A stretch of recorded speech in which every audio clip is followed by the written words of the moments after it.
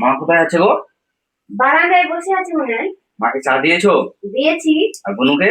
দিয়েছি। আচ্ছা ঠিক আছে, আমি আসতেছি। মা, তোমার জন্য আর বোনের জন্য শাড়ি নিয়ে আসছি। খুব ভালো হয়েছে বাবা, ভালো শাড়ি।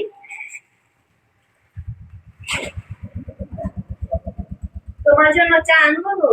না আনতে হবে না, তোমার জন্য আর বোনের জন্য শাড়ি নিয়ে আসছি, দেখো তো। বাহ, খুব সুন্দর তো। আমার জন্য আনুনি? কি তোমার খালি চাই চাই চাই, তোমাকে লজ্জা লাগে না চাইতে? তোমার মা বাবার কাছেও তো চাইতে পারো, সবসময় আমার কাছেই চাইছো। তুই খালি মোর বেটার এখন মাঙ্গাছি, মোর বেটা তো ঠিক আছে। তুই মা বাপ এটা মাঙ্গা পাচ্ছি কি নেই?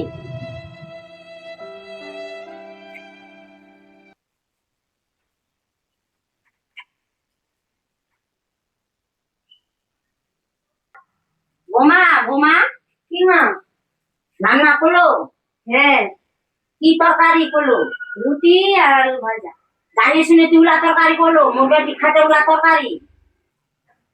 মা তো ঠিকই বলছে, এভাবে রান্না করছো বুনুর জন্য। বুনু কি এসব খায়? যাও যাও যাও, বুনুর জন্য রান্না করো, ফ্রিজে চিকেনে রাখা আছে। আমি তো এখনই রান্না বান্না সারে আসলাম, আবার যাবো রান্না করতে?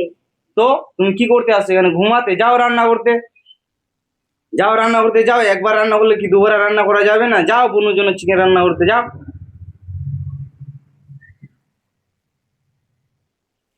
বোমা, কাপড় খাঁচবা আসান। হ্যাঁ। মোর বেটির লালি যা কাপড় খাঁচবা ভালো করে খাঁচি দিব।